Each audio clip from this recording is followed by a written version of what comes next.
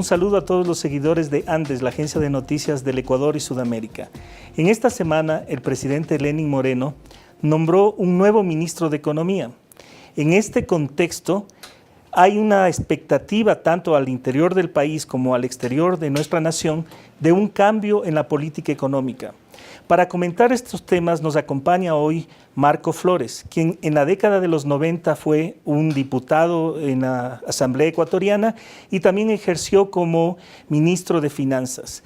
En los últimos años, él ha estado coordinando el Foro de Economía y Finanzas Públicas, un espacio de discusión donde se articulan unos 20 economistas, todos los cuales han tenido experiencia gubernamental y han efectuado una serie de críticas al estilo de conducción macroeconómica que se ha desarrollado durante la última década.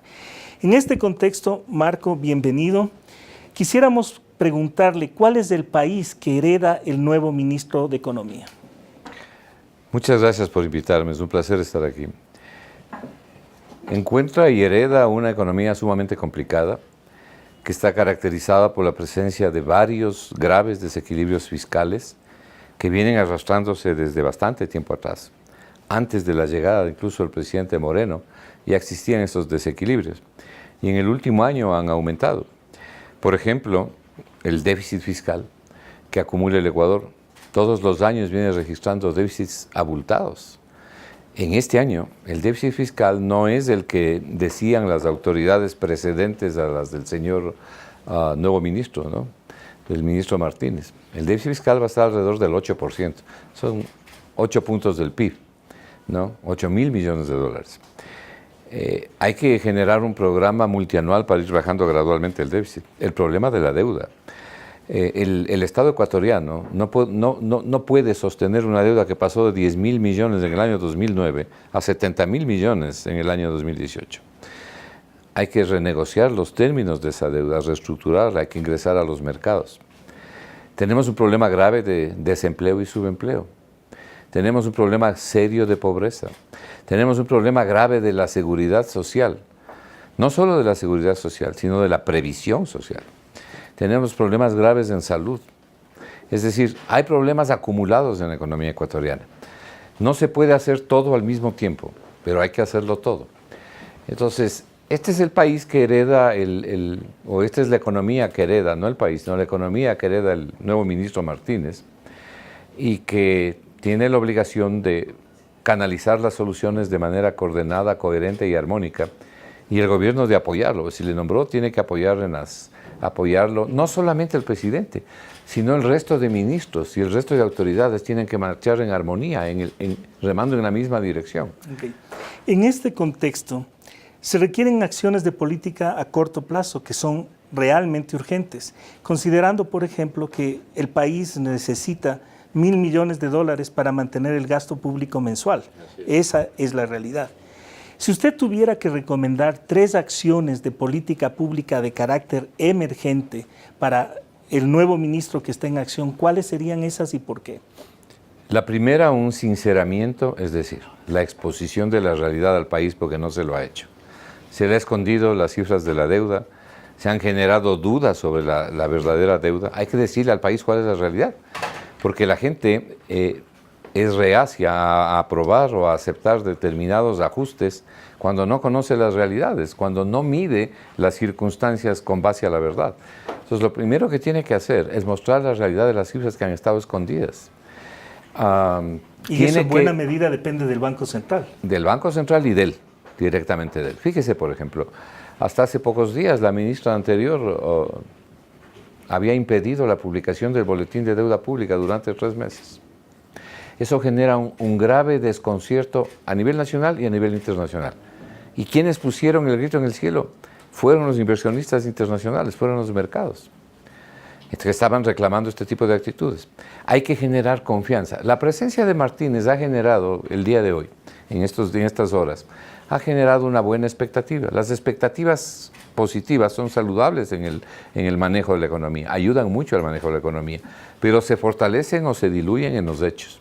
Entonces, mi primer punto sería aquí, sincerar las cifras del crecimiento económico, de la inversión, de la deuda, del déficit, del gasto público, contar la realidad cómo recibo la casa.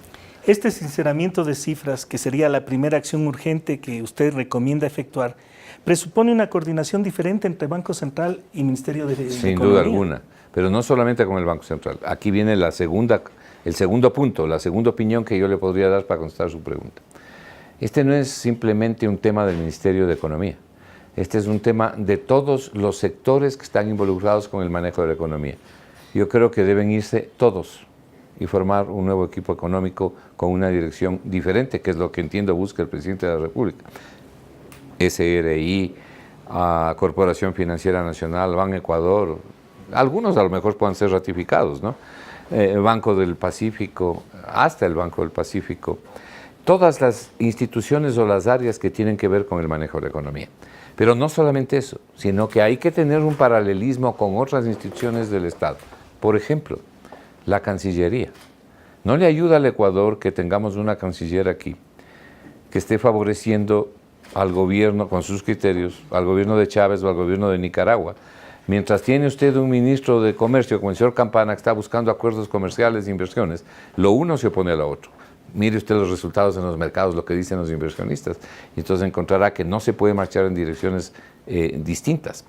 En esa perspectiva, el presidente de la República está obligado a poner orden, disciplina, para llamarlo de alguna manera, decir, señores, vamos a ir todos en una misma dirección. En aquel fije, esta o cualquier otra, la que él quiera, pero todos apuntamos hacia allá. Entonces, coherencia es el segundo elemento. Es el segundo ¿Y el elemento. tercero? Bueno, el tercer elemento es que tiene que rodearse de un equipo altamente profesional, con alta formación, y además que tenga experiencia en el manejo del sector público, que es algo de lo cual el actual ministro carece. Estos serían los elementos para empezar la gestión, que serían básicos para sustentar cualquier cosa. Sin embargo, se requiere un programa económico a mediano y largo plazo. En los documentos que el Foro de Economía y Finanzas Públicas ha planteado al país y que han presentado como cartas abiertas del presidente Moreno, existen varias propuestas de lo que podría ser ese programa económico. Una de las cosas que a mí me sorprendió es que planteaban una transformación a 3 años plazo. Por ejemplo, la reducción del gasto público en 3 años, en términos de lo que podría ser el PIB, la reducción de deuda también en 3 años. Me pareció un poco optimista ese tipo de proyección, considerando de que tenemos una deuda que en promedio crece $8.000 millones de dólares por año. Pero pensando en este programa económico, ¿cuáles serían los aspectos fundamentales para un programa multianual a 3 años que plazo? Bueno, primero lo que usted dice es absolutamente importante, ¿no? Se requiere de un programa multianual. El Foro de Economía y Finanzas Públicas lo ha planteado de manera reiterada. ¿Cuáles son los grandes ejes de ese programa? Uno tiene que ver con la inversión productiva. El Ecuador no puede continuar creciendo al 2% anual, cuando necesita crecer entre el 5 y el 6% para comenzar a salir de los problemas. Esto hace que las soluciones no sean inmediatas. No se puede crecer de la noche a la mañana de manera sostenida entre el 5 y el 6%. Se requiere atraer inversión productiva, comenzando por la nacional. Para eso usted requiere propiciar, implementar determinadas medidas. Por ejemplo, nosotros somos opuestos a la presencia de estos impuestos distorsivos que hay en el Ecuador, que no permiten que haya inversión productiva. La inversión extranjera directa en el Ecuador el año pasado fue medio punto del PIB, o sea, prácticamente inexistente. Bueno, toda la vida ha sido así, ¿no? Bueno, toda la vida ha sido así, pero se supone que los otros países que toda la vida también han tenido una inversión baja, como Perú, por ejemplo, como Colombia, las nuevas políticas económicas en los últimos 10 años, el cambio en las políticas económicas les ha fortalecido sustancialmente en el área de la inversión. Es lo que tiene que hacer el Ecuador, de manera que es posible lograrlo. Pero para eso necesita un ambiente de confianza. Usted no puede pensar en atraer realmente inversión productiva si tiene un impuesto a la salida de divisas. He aquí un error de la política económica. Ese impuesto se lo considera desde el punto de vista recaudatorio. Antes, yo recuerdo, en el Banco Central se hacían estudios para medir los impactos del impuesto, por ejemplo, en el crecimiento económico, por ejemplo, en la inversión. Hoy no se hace nada de eso. Se dice, a ver, ¿cuánta plata va a dar este impuesto? Nos está dando 1.000 millones, ahí se queda. No, el costo de ese impuesto en la inversión, calculamos nosotros más o menos 6.000 millones de dólares. Impuestos de esa naturaleza, cuando hay un momento recesivo, lo que hacen es ahondar más la recesión. Eso es así, efectivamente. La evidencia empírica no muestra eso, muestra lo contrario. Lo que pasa es que depende cuáles impuestos se bajan. porque hay que bajar en un primer momento los impuestos que reactivan la economía. Si usted me preguntaría a mí, ¿usted bajaría mañana el impuesto a la serie de divisas o lo eliminaría? Yo lo eliminaría, pero no este año. Pero sí anunciaría para mejorar las expectativas. ¿Qué impuesto bajaría yo ahora? El IVA. El único que bajaría ahora sería el IVA. Y eliminaría el impuesto ese distorsivo de anticipo del impuesto a la renta para empresas y familias. Porque además lo que le da al Estado en términos brutos, son 335 millones de dólares. Y en términos netos no creo que le dé más de 250. Usted no puede bajar los impuestos y paralelamente no baja el gasto público. Nosotros hicimos una propuesta y yo personalmente, que soy el que formuló la propuesta, lo he dicho en varios foros. Yo le propuse al gobierno que llame a todos los ministros de Estado, a todos los gerentes de instituciones, a las cabezas de las instituciones, y les diga, señores, quiero que me presenten el presupuesto que ustedes tienen, pero bajen un promedio del 5 al 10% el gasto. Porque en unos podrá bajar el 5, en otros podrá bajar el 6, en otros podrá bajar el 8. Para cada año. En otros, ahora, en otros podrá bajar solo el 2. No puede bajar, es decir, no puede entrar con la misma podadora a podar exactamente igual. Si llegamos a un promedio del 6%, en un presupuesto de 34.000 millones de dólares, usted tiene 2.000 millones de dólares de ahorro. Esos 2.000 millones de dólares le permiten, por ejemplo, bajar el IVA. A propósito de esto, una de las propuestas que ustedes planteaban es el presupuesto base cero, que sería una práctica nueva en términos de lo que el país implica, de lo que ha implicado el manejo de la política económica en el país. ¿Cree que sea factible implementar eso en los próximos años? Sí, y debería implementarse lo antes posible. Y le voy a decir por qué. El gasto público creció del 21% del PIB al 44% del PIB. Hoy anda por ahí por el 40% del PIB. Si usted tiene un gasto que respecto al tamaño de la economía era 21% y lo pasa al 44% o al 40%, algo tiene que pasar en la economía. Se distorsionan todas las otras variables, no hay con qué sostener. Se sostuvo cuando teníamos petróleo de $100 y había auge de materias primas, más endeudamiento. Cuando eso pasó a un segundo plano, porque cayó el precio del petróleo, se acabó el auge de las materias primas, entramos a los nuevos impuestos y más deuda, siempre más deuda. La economía no puede seguir así, se cierran los mercados, no se pueden obtener los fondos y no hay cómo pagarlos. El año pasado dedicamos 10.000 millones de dólares al pago de la deuda y un presupuesto de 34.000. Muy bien, entonces se distorsionó tanto el presupuesto del Estado, se distorsionó tanto el tamaño del Estado, que volver a los cauces normales de la economía ecuatoriana no se lo puede hacer de un día para el otro, porque generaría un problema todavía más serio. Hay que hacerlo en un plan multianual. Esa es la razón del plan multianual. Pero el presupuesto base cero lo que hace es corregir esas distorsiones. Porque cuando usted hace un presupuesto a la usanza tradicional, usted dice, a ver, ¿cuánto nosotros gastamos el año pasado? Entonces vamos a poder producir un crecimiento de tanto. Usted tiene que hacer cuenta que el año pasado no gastó nada, no mirar las cifras del año pasado, sino establecer nuevas prioridades y decir, lo que tengo es esto es lo que voy a repartir y estas son mis nuevas prioridades. Y entonces eso le permite tener un presupuesto de calidad en una situación, como le acabo de describir, que se distorsionó tanto el tema presupuestario en el Ecuador. Lo han hecho otros países, ¿no? Un par de preguntas adicionales. Estamos conversando con Marco Flores, coordinador del Foro de Economía y Finanzas Públicas, un líder de opinión en el Ecuador. Le voy a plantear una pregunta que está en el tapete de la opinión pública y ahora con el nuevo ministro de Economía sería interesante que exista una resolución clara de eso. ¿Qué hacemos con el límite de la deuda? ¿Se sincera o no se sincera? Y si se acepta que ya se superó ese límite de la deuda, ¿cómo va a poder gestionar el Estado ecuatoriano el resto de necesidades de financiamiento que requiere? Dicho en otra forma, si reconocemos que ya superamos el 40%, ¿implica o no implica contratar más deuda y qué hacemos? Le voy a decir una cosa. La relación deuda-PIB que establece la ley, el Código de las Finanzas Públicas en 40%, hoy en día que estamos usted y yo conversando aquí, está más o menos en el 70%. Es decir, fue rota hace tiempos esa relación. Ese es un hecho con el que tenemos que vivir. No quisiéramos que sea así, pero ahí está, no lo podemos negar. El sinceramiento de esa realidad es crucial. Y es crucial para buscar la solución, porque si no se sincera, no se busca la solución. Cuando usted tiene 20 posibilidades, o 10 posibilidades, o 8 posibilidades de solución, usted se tiene que sentar a analizar estas posibilidades. Aquí solamente hay una, no tiene mucho que pensar. tiene que ir a la Asamblea y pedirle a la Asamblea que suba el límite de la deuda. Pero no que lo suba del 40 al 60%, por decirle, o del 40 al 80%. No pedirle eso, sino decirle, esta es la realidad que tenemos actualmente. Necesito que para el año 2018 me aprueben un financiamiento adicional, independientemente de lo que dice la ley, ustedes pueden modificar y crear un financiamiento adicional reconociendo la realidad. Punto número 1. La Asamblea tiene que decir, ¿y cuánto es lo que usted necesita para este año? Lo que necesito para este año y para lo que necesito para los próximos 3 años. Presentaré junto al presupuesto del Estado un anexo. Punto número 2. No solamente estoy pidiendo eso, aquí vengo yo con un programa de vuelta a la sostenibilidad fiscal. Este es mi programa de sostenibilidad fiscal, este es mi programa de reactivación que va atado a lo que les estoy pidiendo. Lo que no se puede pedir es un cheque en blanco, porque imagínense las negociaciones en la Asamblea, lo que podría pasar. Y no solo eso, sino que no creo que la aprueben. Entonces, hay que pedir, mostrando la realidad emergente del Ecuador. Déjeme decirle, el Ecuador no puede en este momento prescindir del endeudamiento.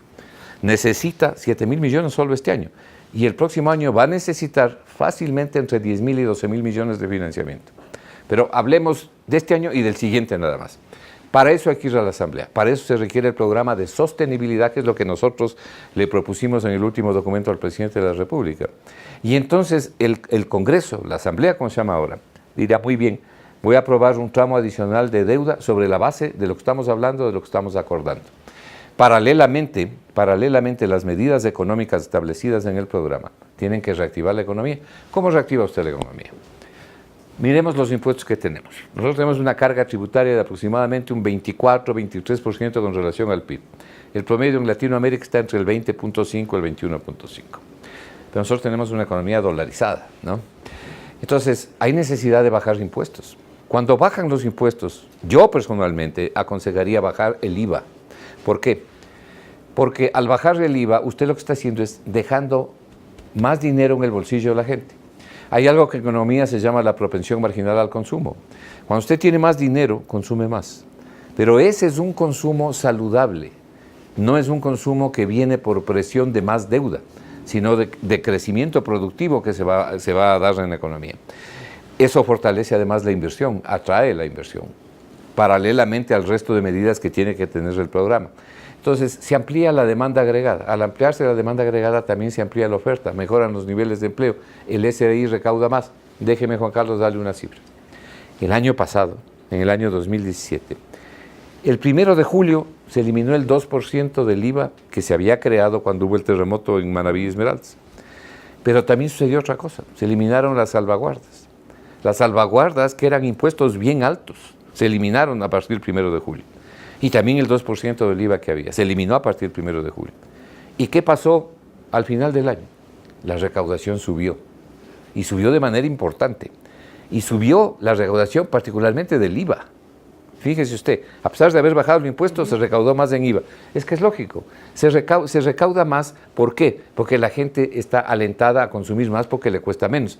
Ahí yo añadí una propuesta adicional al presidente de la República, que sobre todo modifica de manera importantísima las expectativas y que ocurre en otros países. Yo le propuse al presidente Moreno públicamente que un día al año, solamente un día en el año, no cobre IVA en gastos de hasta $200, como ocurre en otros países.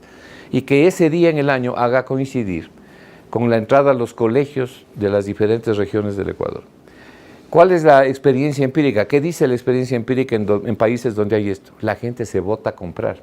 No necesariamente porque se va a ahorrar $20 o $30. Se vota a comprar porque las expectativas se modifican.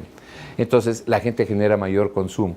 Y ese mayor consumo a la gente le da mayor tranquilidad y le marca una tendencia de comportamiento, que es lo que la economía trata de afectar. Muchas gracias. Estuvimos con el economista Marco Flores, quien es coordinador del Foro de Economía y Finanzas Públicas.